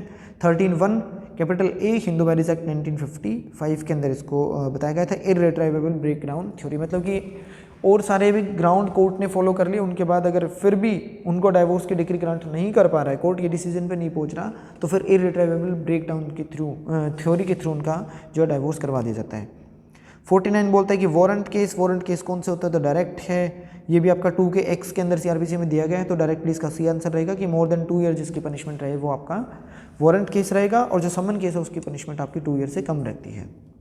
50 पे चलते हैं। 50 आपका अगेन मुस्लिम से पूछा गया है मुत्ता मैरिज की, कि मुत्ता मैरिज को नॉट बी डिसॉल्व्ड, कि मुत्ता मैरिज को डिसॉल्व नहीं किया जा सकता किन चीज़ों के through? Ipso facto by efflux of the period, कि जब पीरियड आपका लैप्स हो जाएगा तब अपने आप ही खत्म हो जाए, डेथ के थ्रू भी नहीं कर सकते या डाइवोर्स के थ्रू है, तो बाय हिबाए मुद्दत के द्वारा आपका खत्म, इसको डिसॉल्व नहीं किया जा सकता। ऊपर की 3 वे में उसको खत्म है जो किया जा सकता है। बात करते हैं क्वेश्चन 51 की। 51 के अंदर बोलता है कि इनमें से करेक्ट ऑप्शन कौन सा है? तो पहले में बोलता है हार्बरिंग ऑफेंडर 211, ये भी गलत है, 212 में है भैया ये तो। फिर बोलता है न्यूसेंस 267। सी बोलता है काउंटरफिट कॉइन 230, ये 231 के अंदर है आपका, ये 268 के अंदर है आपका। लास्ट बोलता है क्रिमिनल ट्रेसपास, ये आपका किसके अंदर है? 441 के अंदर। तो ये इसका बेस्ट आंसर हो जाएगा यहाँ पे कि 441 is talking about the criminal trespass. बाकी के आपके ऊपर 3 गलत हैं, तो चौथा आपका बिल्कुल सही है, तो ये इसी का आंसर हो जाएगा। क्वेश्चन नंबर 52 पे चलते हैं। 52 आपका पूछा गया सीपीसी से कि ऑर्डर 6 रूल 6, जो आपका ऑर्डर 6 है उस ऑर्डर 8 का जो रूल 6 है वो किस चीज़ के बारे में बात करता है? तो वो बात करता है आपके डिफेंडेंट का असर्टेन्ड सम ऑफ मनी के लिए क्लेम करने का राइट, कि वो सेट ऑफ क्लेम कर सकता है। तो बी इसका बेस्ट आंसर हो जाएगा ऑर्डर 8 रूल 6 के अंदर। फिर आपका 53 है। 53 आपका जो केस लॉ से रिलेटेड आपका पूछा गया है कि जो केस है ये आपका होचेस्टर वर्सेस आपका है डी लोटूर के रिगार्डिंग पूछा गया है। तो डी लोटूर ये आपका किस चीज़ से रिलेटेड केस है आपका? तो ये बात करता है एंटीसिपेटरी ब्रीच ऑफ कॉन्ट्रैक्ट से रिलेटेड आपका ये क्वेश्चन पूछा गया है। 54 पे चलते हैं। 54 आपका सीआरपीसी से पूछा गया कि कौन से सेक्शन के अंदर विड्रॉल ऑफ दी प्रोसिक्यूशन की बात करी गई है? तो सेक्शन नंबर 321 है। 319 आपका बात करता है एडिशनल एक्यूज्ड की। 320 बात करता है कंपाउंडेबल लिस्ट की। 22 बात करता है आपका procedure in the cases which the magistrate can not dispose of, तो उसके रिगार्डिंग 322 है। तो इसका बेस्ट आंसर जो आपका वो आपका 321 हो जाएगा। 55 बात करता है अगेन सीआरपीसी के अंदर की जो कन्फेशन है मैजिस्ट्रेट के द्वारा रिकॉर्ड कब करा जा सकता है? तो ट्रायल स्टेज पे, इन्वेस्टिगेशन स्टेज पे, या फिर आपका ट्रायल और इन्वेस्टिगेशन दोनों की स्टेज पे, या फिर इन्वेस्टिगेशन की स्टेज पे करेगा, लेकिन इंक्वायरी और ट्रायल के स्टार्ट होने के पहले और इन्वेस्टिगेशन के बाद कभी भी कर सकता है। तो 164 के अंदर इसका आंसर जो है वो डी हो जाएगा। फिर 56 नंबर क्वेश्चन आपका इंडियन एविडेंस से रिलेटेड है कि रिफ्रेशिंग मेमोरी से रिलेटेड आपके प्रोविजन कौन से सेक्शन में दे रखे हैं? तो वो 159 है आपका। फिर आपका बात करता है 57 बोलता है principle of assessment of damages for the breach of contract is given in. Breach of contract के केस के अंदर जो भी आपके डैमेजेस को असेसमेंट करनी है वो कौन से केस के अंदर बताया गया था? तो हेडले वर्सेस बेक्सेंडल के केस के अंदर इसको बताया गया था। 58 अगेन आपका इंडियन एविडेंस एक्ट का क्वेश्चन है जो कि पूछता है कि will of the following is not an exception to the general principle that the hearsay evidence is no evidence. Generally बोला जाता है कि हियर से एविडेंस को हम लोग कोई मान्यता नहीं देते हैं, वो अपने आप में कोई एविडेंस नहीं होता, लेकिन उसकी एक्सेप्शन कौन कौन सी होगी? कन्फेशन है तो वो हो सकता है, एडमिशन है वो भी हो सकता है, रेस्केस्टाई है वो भी हो सकता है, इवन आपका जो डैन डिक्लेरेशन है वो भी होता है, लेकिन जो एक्सपर्ट ओपिनियन है वो अपने आप में एक्सेप्शन नहीं होती है। क्वेश्चन नंबर 59 आपका पूछता है जीके से रिलेटेड है कि which of the following is a constitutional body. तो national commission for the women है, वो भी अपने आप में कॉन्स्टिट्यूशनल बॉडी है। एनएचआरसी है, नेशनल ह्यूमन राइट कमीशन है, वो भी अपने आप में कॉन्स्टिट्यूशनल बॉडी है। माइनॉरिटी कमीशन है, वो भी है। और डी आपका फाइनेंस कमीशन जो है वो आपका अपने आप में कॉन्स्टिट्यूशनल बॉडी आपकी नहीं है। 60 बोलता है which of the following is not correct. इसको ध्यान से देखना है, इसके ऊपर डाउटफुल क्वेश्चन है ये कि इनमें से कौन सा सही नहीं है। तो पहला बोलता है कि minor's contract is void, minor के द्वारा किया गया जो कॉन्ट्रैक्ट है वो आपका वॉइड होगा। ये सही है कि गलत है। दूसरा बोलता है एग्रीमेंट कोज्ड बाय और अंडर दी, आपका किसी भी तरीके के अंडर का यहाँ पे अनड्यू इन्फ्लुएंस है, सॉरी, तो ये अनड्यू इन्फ्लुएंस के थ्रू अगर कोई भी कॉन्ट्रैक्ट हो तो वो वॉइडेबल है। फिर बोलता है agreement in restaurant of marriage है, वो भी आपका वॉइड है, जो कि सेक्शन नंबर 26 के अंदर आपका इंडियन कॉन्ट्रैक्ट एक्ट के अंदर दिया गया है। फिर आपका बात करता है वेजरिंग कॉन्ट्रैक्ट की, वेजरिंग कॉन्ट्रैक्ट आपका वॉइड होता है, ये भी सही है आपका, ये सेक्शन नंबर आपके 30 के अंदर दिया गया है।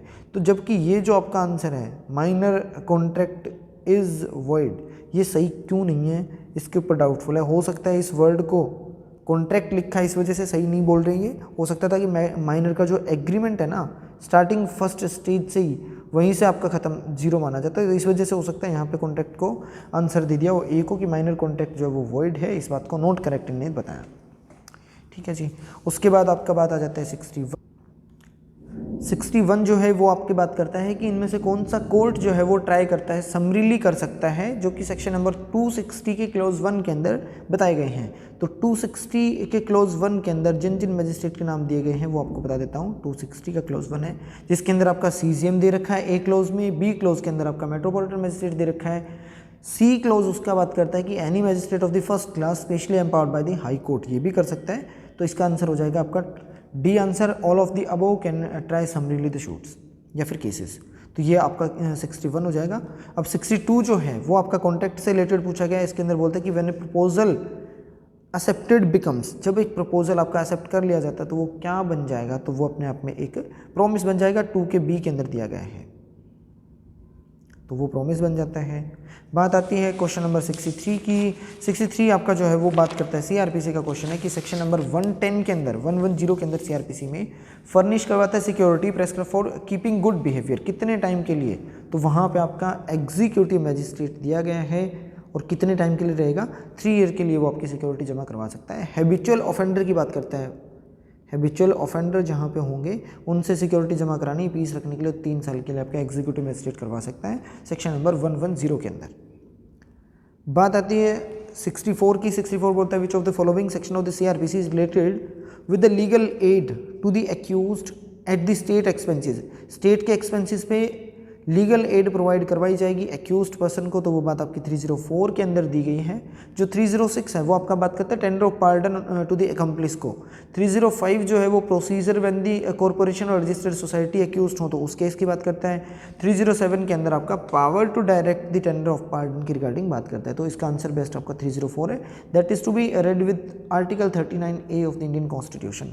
लीगल एड की रिगार्डिंग आपका वहाँ पर भी दे रखा है तो उसको भी जाके एक बार पढ़ लेना। क्वेश्चन 65 बात करता है कॉन्ट्रैक्ट की in which of the following case is not is, इन में से किस केस के अंदर ये हेल्ड किया गया था that a contract through the telephone is conducted, conclude वहाँ पे होगा जहाँ पे आपकी एक्सेप्टेंस सुनाई देगी। तो ये बात जो है वो आपकी भगवान दास वर्सेस गिरधारी लाल के केस के अंदर आपकी डिसाइड करी गई थी, तो ए इसका बेस्ट आंसर हो जाएगा। क्वेश्चन नंबर आपका 66 पे आते हैं। 66 आपका बात करता है सेल ऑफ गुड्स से रिलेटेड क्वेश्चन पूछा गया है। सेल ऑफ गुड्स के अंदर आपका कौन सा ऐसा सेक्शन है जो कि सेल ऑफ गुड्स के अंदर आपकी अनपेड सेलर से डील करता है, तो अनपेड सेलर से डील करने वाला सेक्शन आपका 45 है। फिर बात आती है 67 की। 67 के अंदर आपका बात करी गई है कि there shall be no appeal by the convicted person where the high court passes a sentence of the imprisonment for a term not exceeding, कितने टाइम से ज़्यादा की पनिशमेंट जहाँ पे हाई कोर्ट पास ना करे तो आप अपील में नहीं जा सकते। तो ये बात आपकी सेक्शन नंबर 376 सीआरपीसी के अंदर दी गई है। वेरी फर्स्ट क्लोज है जैसे ए के अंदर दिया गया है कि 6 महीने या फिर 1000 तक का अगर कोई भी पनिशमेंट उसको पास करी जाती है तो उस केस के अंदर जो है अपील के अंदर नहीं जा सकता कोई भी कन्विक्टेड पर्सन। क्वेश्चन नंबर 68 आपका बात करता है कि क्रिमिनल केसेस के अंदर जो फैक्ट इन इशू है वो किन को इंक्लूड करता है, तो वो आपका बात करता है बी आंसर होगा, framing of charge by the magistrate in the criminal cases fact in issue includes, criminal cases के अंदर फैक्ट इन इशू इंक्लूड करता है आपके framing of charge by the magistrate को भी। 69 आपका बात करता है सीआरपीसी की। अगेन सीआरपीसी का जो आपका है इसके अंदर क्या पूछा गया है कि प्राइवेट पर्सन जो है वो आपका किसी भी पर्सन को अरेस्ट कर सकता है। प्राइवेट पर्सन के रिगार्डिंग 43 है, तो 43 के अंदर कब वो प्राइवेट पर्सन अपने आप में अरेस्ट कर सकता है किसी भी पर्सन को जिसने की कोई ऑफेंस कर रखा हो। किस नेचर का ऑफेंस, एक तो नॉन बेलेबल नेचर का, दूसरा आपका कोग्निजेबल नेचर का। अगर उसका ऑफेंस हुआ है और उस प्राइवेट पर्सन की प्रेजेंस में हुआ तो वो पर्सन उसको क्या कर सकता है, अरेस्ट करेगा। उसके बाद उसके अंदर लिखा है सेक्शन के अंदर कि पुलिस आएगी और उसको री अरेस्ट करके लेके जाएगी, क्योंकि एक बार 43 के अंदर पब्लिक पर्सन ने किसी ने भी अरेस्ट कर लिया, उसके बाद पुलिस उसको दोबारा से आके अपना अरेस्ट करके लेके जाएगी। तो ये सेक्शन नंबर 43 सीआरपीसी में दे रखा है। बात आती है क्वेश्चन नंबर 70 की। 70 आपका फिर इजी सा सेक्शन नंबरिंग का क्वेश्चन है सीधा सा कि इनमें से कौन सा सेक्शन है जो प्रोवाइड करता है कि requirement of the confirmation by the high court of an order of the death sentence passed by the session court. Session court ने अगर कोई भी डेथ सेंटेंस पास कर रखी है तो उसको सब्जेक्ट टू दी क्या रहता है, confirmation of the high court. तो उसकी जो एप्लीकेशन लगेगी वो आपकी 366 के अंदर लगती है। 367 के अंदर power to direct the further inquiry और एडिशनल एविडेंस लेने के लिए बोल सकता है। एडिशनल एविडेंस आपके 391 के अंदर लिए जाएंगे। फर्दर इंक्वायरी के लिए बोलेगा तो फर्दर इंक्वायरी आपकी 398 के अंदर करी जाएगी। 368 आपका क्या कर सकता है कि उसको एनल कर सकता है। हाई कोर्ट की पावर है कि वो एनल भी कर सकता है और उसको कंफर्म भी कर सकता है। 369 आपका क्या है, कंफर्मेशन कर सकता है या फिर न्यू सेंटेंस जो भी होगी वो साइन करी जाएगी मिनिमम 2 जजेस के द्वारा। जहाँ पर उसकी जो एप्लीकेशन की सुनवाई मोर देन 2 जजेस ने कर रखी थी तो मिनिमम 2 पर्सन उसको क्या करेंगे, साइन करके उसको कंफर्मेशन या फिर उसको एनल करेंगे। तो ये चीज़ आपकी 70 है। 71 आपका पूछा गया है जीके से रिलेटेड है, जहाँ पे महात्मा गांधी का नाम आ जाता है तो सबसे पहले दिमाग में आ जाता है चंपारण। तो at which of the following place did the Mahatma Gandhi first start his satyagraha in India. Satyagraha को स्टार्ट करने वाली जगह थी वो आपकी चंपारण थी, यही इसका आंसर दिया हुआ है। फिर बात आती है क्वेश्चन नंबर 72 की। 72 आपका बात करता है कॉन्ट्रैक्ट एक्ट से कि एन जो ऑफर है आपका वो एक्सेप्ट कर लिया जाए इट टू बी, तो वो कैसे होगा कि ऑफर एंड एक्सेप्टेंस है वो must be in the same sense के अंदर होना चाहिए। सेम टाइम और सेम आपका क्या रहता है, सेम प्लेस है या फिर आपका सेम सेंस है, तो सेम सेंस के अंदर आपकी होनी चाहिए। तो same thing in the same sense के अंदर लिखा हुआ है तो वो चीज़ आपकी इसके अंदर सी आंसर इसका हो जाएगा। 73 जो है वो आपका आ जाएगा अपने section number 30 of the Indian evidence से रिलेटेड है, जहाँ पे को एक्यूज से रिलेटेड केसेस की बात करी गई है कि को एक्यूज कोई भी पर्सन है उसने अगर चल रहे सेम ट्रायल के अंदर एक तरीके से अगर कन्फेशन कर देता है तो उसकी दूसरे पर्सन दूसरे को एक्यूज के खिलाफ कितनी वैलिडिटी रहेगी। तो इसके ऊपर केस मैंने रिसेंटली बच्चों को बताया था और पहले भी आपको पेपर के टाइम पे बता रखा था कि ये जो क्वेश्चन है ये बहुत बार पूछता है। Kashmira Singh versus state of MP का केस है तो वो आपका को एक्यूज्ड से रिलेटेड केस है सेक्शन 30 का, ना कि एकम्प्लिस का। एकम्प्लिस के रिगार्डिंग आपके प्रोविजन दे रखे हैं 133 के अंदर है, जिसके साथ इलस्ट्रेशन पढ़ते हैं हम लोग बी ऑफ सेक्शन 114। 114 की इलस्ट्रेशन बी को भी साथ में पढ़ते हैं, 133 को साथ पढ़ते हैं एकम्प्लिस का। कॉन्स्पिरेटरी की बात करेंगे तो सेक्शन नंबर 10 में आएगा। एडमिशन आएगा तो सेक्शन नंबर 17 to 23 के अंदर पढ़ते हैं। और जो को एक्यूज है उसके ट्रायल के रिगार्डिंग आपका सेक्शन नंबर 30 पढ़ते हैं। तो इसका जो बेस्ट आंसर है वो आपका बी हो जाएगा। क्वेश्चन नंबर 74 जो है वो आपका अगेन सीआरपीसी से पूछा गया है। सीआरपीसी के अंदर आपका बोलता है कि which of the following provision of the CrPC empower the magistrate to visit and inspect any place in which the offence is alleged to have been committed. मतलब कि लोकल इंस्पेक्शन के पर्पज से मैजिस्ट्रेट वहाँ पे किस provision के तहत अपनी कार्रवाई करेगा, तो सेक्शन नंबर 310 के हिसाब से करता है। 11 आपका क्या है, power to summon and recall witnesses की बात करता है, रीसमन भेज के और जो मटेरियल विटनेस है उनको बुला सकता है। 312 के अंदर आपके एक्सपेंसेस बताएगा कि जो भी विटनेस है या फिर आपके जो कंप्लेनेंट है उनकी एक्सपेंसेस आपकी कहाँ से मिलेंगे, 312 में मिलेंगे। 313 बोलता है एक्यूज्ड की एग्जामिनेशन विदाउट ओथ होगी हमेशा, तो 313 बताता है। 75 आपका मोहम्मद अहमद खान वर्सेस शाहबानो बेगम। शाहबानो बेगम जैसे दिमाग में आया तो मेंटेनेंस आंसर इसका सिंपल सा है। 76 बोलता है de minimis non curat lex. आपकी ये जो मैक्सिम है इसका मतलब होता है कि जो लॉ है वो does not take the action against the trifles. मतलब कि छोटे मोटे एक्ट के खिलाफ जो है कोर्ट एक तरीके से एक्शन नहीं लेती है। तो वो बात कौन से सेक्शन में लिखी है, तो स्लाइट हार्म के अंदर लिखी हुई है। ट्रिवियलिटी के सिद्धांत पे बेस्ड है, सेक्शन नंबर 95। 80 जो है वो आपका एक्सीडेंट की बात करता है। 94 जो है इसके अंदर आपकी एक मैगजिम है, एक्टस में इन्वाइटो फैक्टस नॉन एस्ट मेंस एक्टस, मतलब कि act done by me against my will is not my act, मतलब जिसके अंदर डेथ किसी ने कोज कर दी या फिर स्टेट के खिलाफ ऐसा ऑफेंस कर दिया जिसकी पनिशमेंट डेथ हो, उन ऑफेंसेस को छोड़ के अगर आपकी इच्छा के विरुद्ध आपके ऊपर प्रेशर डाल के कोई भी एक्ट करवाया जाता है आपसे, तो उसके लिए आपकी कोई लायबिलिटी नहीं होगी। लेकिन मर्डर के केस में स्टेट के खिलाफ ऐसा ऑफेंस कर दिया जिसकी पनिशमेंट डेथ मिलती हो, वहाँ पे आपकी लायबिलिटी पर्सनल रहेगी। अदरवाइज आपको एक्सेप्शन मिल सकती है सेक्शन नंबर 94 की। और 83 आपका क्या है, 7 to 12 ईयर के बच्चे ने अगर कोई भी ऑफेंस कर दिया तो उसके लिए क्वालिफाइड डोली कैपेक्स की बात करता है, तो 83 के अंदर चला जाएगा। बात आती है क्वेश्चन नंबर 77 की। 77 जो है वो आपका पूछता है सीपीसी से रिलेटेड कि which of the following is not come under the definition of decree.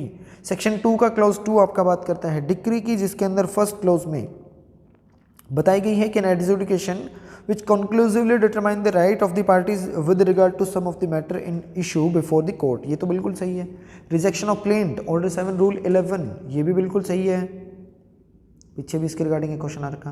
फिर बता determination of any question under section 144 जो आपका सीबीसी का वो बात करता है रेस्टिट्यूशन की, तो वो भी आपकी क्या होगी, डिक्री के अंदर चला जाएगा। तो ये तीनों ही चीज़ें इसके अंदर आती है। लास्ट आपका बोलते हैं dismissal of the shoot for the default, तो ये इसके अंदर इंक्लूड नहीं होता, तो डी इसका है जो आंसर हो जाएगा। 78 बोलता है ए अटेम्प्ट टू पुल जेड्स नोज। ए जो पर्सन है वो आपका किसी बी पर्सन जेड पर्सन की नाक को खींचने की ट्राई करता है। Z in the exercise of the right of private defence lays hold of A to prevent him from doing so. अब उसको क्या कर लेता है, पकड़ लेता है इस तरीके से ताकि वो अपने आप को बचा सके उसके एक्ट से। तो ए है move to sudden and violent patient in the consequences and kill Z, और उसकी वजह से ए गुस्सा हो जाता है और क्या कर देता है, जेड की डेथ कोज कर देता है। तो विच ऑफेंसेस कमिटेड बाय ए ने कौन सा ऑफेंस यहाँ पे कमिट कर रखा है। तो जनरली देखा जाए तो देखिए इस पर्सन को हम लोग ये नहीं बोल सकते कि वो अपने प्राइवेट डिफेंस के अंदर एक्ट कर रहा था, तो उसको जनरल एक्सेप्शन बोली जाएगी, क्योंकि वो पर्सन ए है अपने आप में पहले से ही क्या है, असेलेंट है या फिर एग्रेसर है। तो जो पर्सन पहले हमला करेगा एग्रेसर, उस पर्सन को किसी तरीके का कोई भी आपका जो राइट है प्राइवेट डिफेंस का या फिर आपका प्राइवेट डिफेंस की एक्सेप्शन वो अवेलेबल नहीं होगी, तो उसके लिए बेस्ट आंसर आपका मर्डर रहेगा।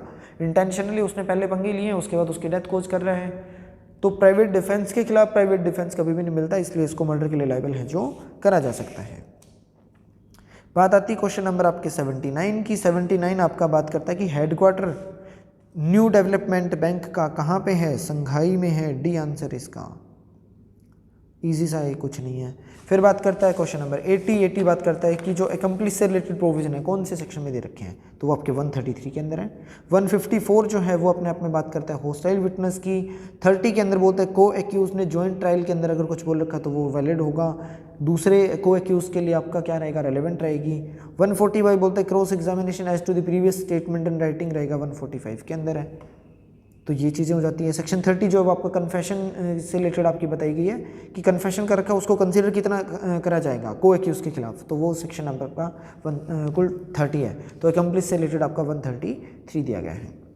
फिर आपका बात आ जाती है क्वेश्चन नंबर 81 की। 81 बोलता है सीपीसी का कि कौन सा जो ऑर्डर है वो आपका बात करता है अमेंडमेंट ऑफ प्लीडिंग के रिगार्डिंग।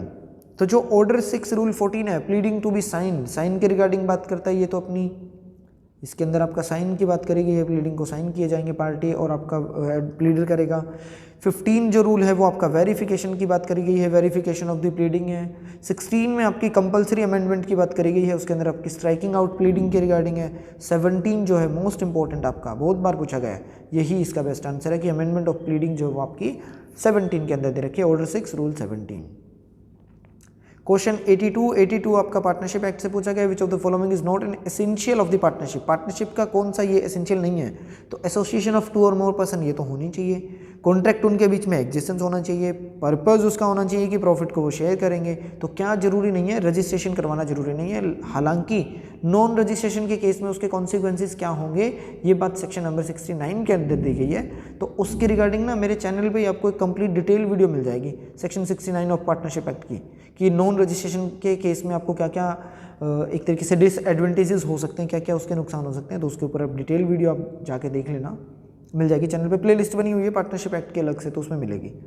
अब क्वेश्चन नंबर आपका आता है 83 आपका क्या बात करता है कि A knowing that B has committed dacoity, A को पता है कि बी ने डेकोइटी कमिट कर रखी है, नोइंगली कंसील करता है बी को इस तरीके से ताकि वो उस पर्सन को लीगल पनिशमेंट से बचा सके। तो ए ने कौन सा ऑफेंस यहाँ पे कर रखा है, तो क्रिमिनल कॉन्स्पिरेसी हो नहीं सकती है यहाँ पे, क्योंकि ए और बी के बीच में किसी तरह का कोई एग्रीमेंट नहीं हुआ, तो 120 ए बी के अंदर तो जाएगा नहीं। फिर बात करता है अबेटमेंट बाय एड, ये भी नहीं कर रहा है, ये करा होता तो सेक्शन 107 लग जाता। हार्बरिंग ऑफेंडर का यहाँ पे लग जाएगा इसके ऊपर 212, उसके बाद 52A, 216, 130 और 157, ये सारे सेक्शन हैं जो कि डील करते हैं हार्बरिंग से रिलेटेड, तो इसका जो आंसर है वो भी हार्बरिंग हो जाएगा। 84 बात करता है कि children born to annulled voidable marriage और void marriage under section 11 and 12, तो उन बच्चों का स्टेटस क्या होगा, उनको क्या क्या मिलेगा। जो बच्चे ऐसे हैं जिनकी माता पिता की जो शादी है वो 11 और 12 के हिसाब से वॉइड डिक्लेयर कर दी या फिर आपकी एनल कर दी थी जो कि वॉइडेबल नेचर की थी, तो उनको क्या क्या राइट मिलेंगे और कौन से सेक्शन में जाके मिल सकते हैं, तो उनको राइट मिल सकते हैं सेक्शन नंबर 16 में जाके। उन बच्चों को लेजिटिमेट बोला जाएगा but can inherit only the property of their parents, मतलब कि वो कोपार्सनरी जो प्रॉपर्टी होगी उसको क्लेम है जो नहीं कर सकते हैं, वो अपने माता पिता की प्रॉपर्टी में से ही शेयरिंग मांग सकते हैं और लेजिटिमेट बच्चे बेशक बोले जाएंगे। क्वेश्चन नंबर आपका आता है 85 आपका बात करता है अपना कि किस केस के अंदर सेक्शन 303 आईपीसी के अंदर जो मिट्ठू सिंह का केस था, ऑब्वियसली सबको पता है, 303 को अनकॉन्स्टिट्यूशनल बोल दिया था कि लाइफ कन्विक्ट कोई भी पर्सन है उसने अगर मर्डर कर दिया हो या फिर अटेम्प्ट कर दिया तो उसके लिए उसको खत्म किया गया था, अनकॉन्स्टिट्यूशनल डिक्लेयर किया गया था, तो 303 को खत्म करने का काम करा मिट्ठू Singh versus state of Punjab की केस के अंदर। फिर आपका क्वेश्चन नंबर 86 है, इजी सा है अगेन पार्टनरशिप एक्ट का, कि किस सेक्शन के अंदर बिजनेस को डिफाइन किया गया है, तो बिजनेस बी फॉर बिजनेस, बाकी पढ़ लेना सारे के सारे ABCD चारों आपको इंपॉर्टेंट रहेंगे। मुस्लिम लॉ से रिलेटेड 87 क्वेश्चन है, बात करता है कि by which of the following way Muslim marriage can be dissolve bye Muslim husband, Muslim husband के द्वारा इनमें से किस रास्ते के थ्रू अपनी शादी को ख़त्म किया जा सकता है, तो इल्ला, तलाक और जिहार, सब चीज़ों के थ्रू अपनी शादी को वो ख़त्म है जो कर सकता है। 88 अगेन आईपीसी का केस लो पूछा गया है, बोलता है कि R versus Dudley and Stephen का केस जो है वो आपके कौन से सेक्शन के अंदर फोल्ड करता है, तो सेक्शन नंबर 81 के अंदर फोल्ड करता है और 89 जो 1 है वो आपका डील करता है नेसेसिटी के साथ। इंसैनिटी जो है वो आपकी 84 के अंदर दे रखी है जिसके अंदर मैकनोटन केस या फिर आपका दुरंग रूल से रिलेटेड होगा। एक्सीडेंट जो है वो आपका 80 के अंदर रहेगा और इंटॉक्सिकेशन जो है वो आपकी 85-86 के अंदर आ जाती है, जिसके अंदर बासदेव वर्सेस पेप्सू और DPP directorate of public prosecutor versus बीएड का केस वहाँ पे आ जाता है। तो ये केस आपका जो है डडले वाला ये आपका केस के अंदर आता है, नेसेसिटी के ऊपर आ जाता है। अब जो 89 क्वेश्चन है वो आपका बात करता है इंडियन एविडेंस से रिलेटेड है कि इनमें से कौन से सेक्शन के अंदर इलेक्ट्रॉनिक रिकॉर्ड की एडमिसिबिलिटी की रिगार्डिंग बात करी गई है, तो ये आपका सेक्शन नंबर 65B है, उसको भी एक बार आप जाके पढ़ लेना। फिर आपकी बात आ जाती है क्वेश्चन नंबर 90 की। 90 बात करता है कि सेल ऑफ गुड्स का जो सेक्शन नंबर 31 है वो सेलर से रिलेटेड आपकी उसकी ड्यूटी क्या रहेगी, तो डिलीवरी द गुड्स है, डिलीवरी करना गुड्स की उसकी ड्यूटी रहेगी 31 के अंदर है। उसके बाद आपकी बात आती है 91 नंबर क्वेश्चन की जो कि इंडियन एविडेंस एक्ट का क्वेश्चन है, जो कि बात करता है कि कब ये एनफोर्समेंट में आया था, तो 1 सितंबर 1872 को इसको एनफोर्समेंट में लाया गया था और इसका जो एक्ट नंबर है वो आपका 9 है और इंडियन कॉन्ट्रैक्ट एक्ट भी सेम डे ही एनफोर्समेंट में आया था, इसको भी याद रखना। उसके बाद बात आती है आपके इंग्लिश के क्वेश्चंस की। इंग्लिश के अंदर आपका पहला क्वेश्चन पूछा गया है कि choose the word which is most nearly the same, मतलब सिनोनिम की बात की गई है कि एडियोस वर्ड का सेम मीनिंग दूसरा कौन सा होगा, तो ये अपने आप में डिफिकल्ट रहता है। फिर आपका बात करता है अगले क्वेश्चन के अंदर 93 के अंदर बात करी गई कि जो वर्ड अपोजिट मतलब कि एंटोनी की तरीके से पूछा गया कि अबेट का एंटोनी क्या होगा, तो प्रिवेंट रहेगा। अबेट मतलब किसी पर्सन को उकसाना, एड करके हेरिस की या फिर पैसिफाई, ये अपने आप में सेम मीनिंग हो जाते हैं। 94 बोलता है कि जो ट्रॉपिक ऑफ कैंसर है मतलब कि जो कर्क रेखा है, जीके से रिलेटेड क्वेश्चन है, passes through which of the one of the following state, इनमें से कौन से स्टेट में से होके निकलती है, तो इसका आंसर जो है आपका झारखंड हो जाएगा, झारखंड के पास से ये होके निकलती है। फिर आपका जीके का 95th question again which of the following is the oldest mountain range in India, तो अरावली की पहाड़ियाँ सबसे पुरानी है इंडिया के अंदर। 96 आपका बेस्ट आंसर ढूंढना है, तो बोलता है administration of the state is efficient. 97 बोलता है which of the following word spelled correctly, इनमें से किसकी जो है स्पेलिंग जो है वो सही है तो सी आंसर इसका हो जाएगा। फसीमाइल जो आपकी है इसकी फसीमाइल अपने आप में एक करेक्ट स्पेलिंग है। 98 बोलता है एक्सट्रीम ओल्ड एज जो मैन है वो बिहेव लाइक ए चाइल्ड, उसको क्या बोला जाता है? तो उसको बोला जाता है डोटेज। 99 बोलता है कि हु पोजेसेस मैनी टैलेंट, एक पर्सन में बहुत सारे टैलेंट हो तो उसको क्या बोलेंगे? वर्सेटाइल। शायद आपने कपिल शर्मा का कोई शो देखा होगा जिसके अंदर एक बंदा आता है 8-9 तरीके की आवाज़ें निकालता है, वो अलग अलग अमरीश पुरी वगैरह सबकी, तो उनमें से बोलता है कि हमारे एक सबसे इरफान भाई जो है वो सबसे वर्सेटाइल एक्टर हैं, मतलब कि मैनी टैलेंट उस पर्सन के अंदर हो, तो उनकी रिगार्डिंग बात करता है। और लास्ट आपका बोलता है select the pair which has the same relationship indigent wealthy. Indigent का मतलब हुआ वेल्दी, अब इसका अपोजिट बोला गया। इंडिजेंट मतलब एक तरीके से बोला गया कि कोई भी ऐसा गरीब व्यक्ति। अब इनके रिगार्डिंग जो आपके प्रोविजन दिए गए हैं सीपीसी के अंदर, ऑर्डर 33 इंडिजेंट का शूट और ऑर्डर 44 इंडिजेंट की अपील, उसका अपोजिट इसने बोल दिया कि वेल्दी। ऐसा इसके अंदर आपका जो आंसर है वो बेस्ट आंसर आपका सी हो जाएगा। गोचे वर्सेस आपका ग्रेसफुल रहेगा, ये आपका आंसर है। तो इस तरीके से अपना जो 100 क्वेश्चन का कंप्लीट पेपर था उसको हम लोगों ने डिस्कस किया। अब देखिए इसके अंदर टोटल क्वेश्चन कौन कौन से एक्ट से कितने पूछे गए। देखिए इसके अंदर आपका होगा पार्टनरशिप एक्ट से 6 क्वेश्चन है, सीपीसी से 10 हैं, जीके के आपको 12 क्वेश्चन मिले, इंग्लिश रिलेटेड आपके 7 क्वेश्चन, सीआरपीसी से रिलेटेड आपके 23, आईपीसी के 10, सेल ऑफ गुड्स के 2, एविडेंस एक्ट के आपके 9 क्वेश्चन। उनके बाद लास्ट में आपके देखिए यहाँ पे एविडेंस के 9 के बाद आपके कॉन्ट्रैक्ट के 12 क्वेश्चन हैं, हिंदू लॉ के जो हैं वो क्वेश्चन आपके टोटल 4 पूछे गए थे, और लास्ट आपका जो मुस्लिम लॉ है वहाँ से आपके टोटल क्वेश्चन 5 पूछे गए थे। जबकि अगर डायरेक्ट सेक्शन नंबरिंग की बात करूँ कि टोटल सेक्शन नंबर जैसे इंडेक्स बेस्ड हैं तो उनसे रिलेटेड आपके 27 से 28 टोटल क्वेश्चन है जो कि नंबरिंग पूछी गई थी। केस लो अराउंड 7 रहे हैं इसके अंदर, डेट से रिलेटेड आपका 1 क्वेश्चन रहा है, और 6 से 8 क्वेश्चंस की एवरेज रही है, जहाँ पे नोट वर्ड वाले कुछ क्वेश्चन पूछे गए थे और करेक्ट वर्ड से रिलेटेड आपके कुछ क्वेश्चन पूछे गए थे। तो ये सारी चीज़ें रही हैं इस पूरे पेपर के अंदर जिसको हमने डिटेल में डिस्कशन किया। तो ये हमारा 2018 हरियाणा एडीए का कंप्लीट क्वेश्चन पेपर था जिसके अंदर 100 क्वेश्चन थे और हमने एक एक करके सबको प्रॉपर्ली डिस्कशन किया। लाइक इंग्लिश के क्वेश्चन भी थे, जीके के क्वेश्चन भी थे। उसके अंदर मैंने आपको एक ट्रिक भी बताई किस तरीके से जीके के अंदर अगर क्वेश्चन आए तो कुछ एक ट्रिक इस तरीके से आप खुद की भी बना सकते हो। तो ये टोटल आपका क्वेश्चन पेपर था 100 क्वेश्चन का जिसके अंदर डिटेल में हमारी डिस्कशन हुई। इसी तरीके की और वीडियोज़ मैं आपके लिए लेके आता रहूँगा। अगर इस क्वेश्चन पेपर के अंदर आपका कोई भी क्वेरी है तो वो आप मेरे को पूछ सकते हो। और इसी के साथ मैं आपको बताना चाहूँगा कि जैसे हमारे ईडीए के जो फॉर्म की लास्ट डेट थी 28 वो आपकी जा चुकी है, यानी कि जो भी प्रिपेयर कर रहा है, जो भी स्टूडेंट आपकी तैयारी कर रहे हैं हरियाणा एडीए 2023 की, उन्होंने अपने फॉर्म भर दिए होंगे और अच्छे से अपनी तैयारी कर रहे होंगे। तो चैनल से जुड़े रहिए, इंस्टाग्राम, फेसबुक और अपना जो टेलीग्राम है उस पर मेरे को आप फॉलो कर सकते हो। Thank you so much for watching this video. Good luck.